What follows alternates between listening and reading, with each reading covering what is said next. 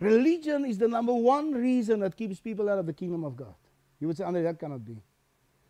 If you believe a lie, you will die with that lie. And you will end up in hell for eternity. The hardest people to bring to salvation is people who think they're religiously okay.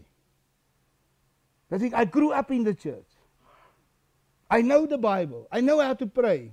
You know, before I was saved, I could even preach the gospel. Because I grew up in a Christian home. I was the only black sheep in the house. We were 5 children. I commit so much sin that my brothers and my sister was guilty because of me. Because they all lived great lives. In my eyes, they were perfect. Of course, they were not, but for me it was, because I was so dark and so bad. But I could share with you the gospel. And if I go to a funeral, I run away, because when that coffin goes down, I know if it's me, I'm on my way to hell. Because I know the truth.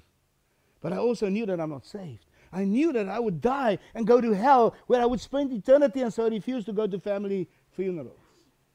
Because of my fear for death. But man, when Christ came into my life, all that changed. Now I live. Life now for me is to live is Christ, and to die is gain. Because if I die tonight, man, guess where I'll be? Celebrating for eternity. I must inspect my lifestyle in God's mirror.